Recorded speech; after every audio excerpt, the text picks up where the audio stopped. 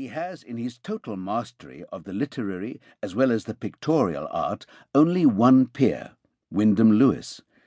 Their aims in both arts could not be more dissimilar, but Peake and Lewis come together in an approach to descriptive writing which owes a great deal to the draftsman's trade. If their books seem slow-moving, that is because of the immense solidity of their visual contents, the lack of interest in time, and the compensatory obsession with filling up space. Titus' Groan is aggressively three-dimensional.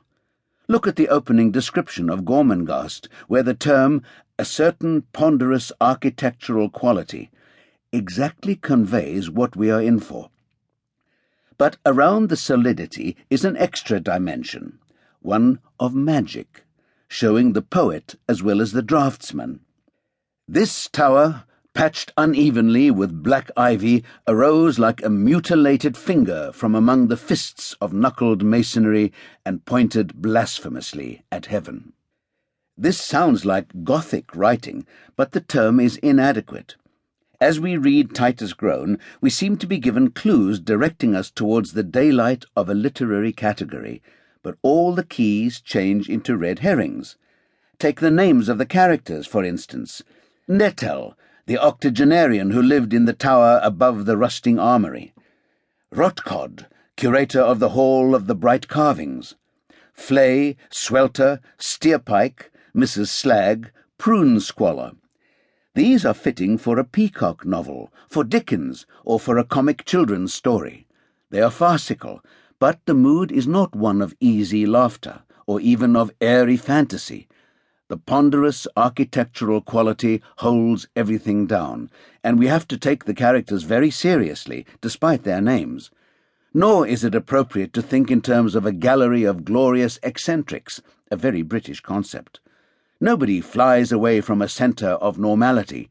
Everybody belongs to a system built on very rigid rules. The estate of Gormenghast is sustained by tradition and ritual. Lord Sepulchrave, the father of Titus, is instructed daily by Sourdust, Lord of the Library, in the acts he must perform. These are laid down in ancient books. The exact times, the garments to be worn for each occasion, and the symbolic gestures to be used. The whole ritualistic system is only properly understood by Sourdust. The technicalities demanding the devotion of a lifetime, though the sacred spirit of tradition implied by the daily manifestations was understood by all. This same sacred spirit operates at all levels.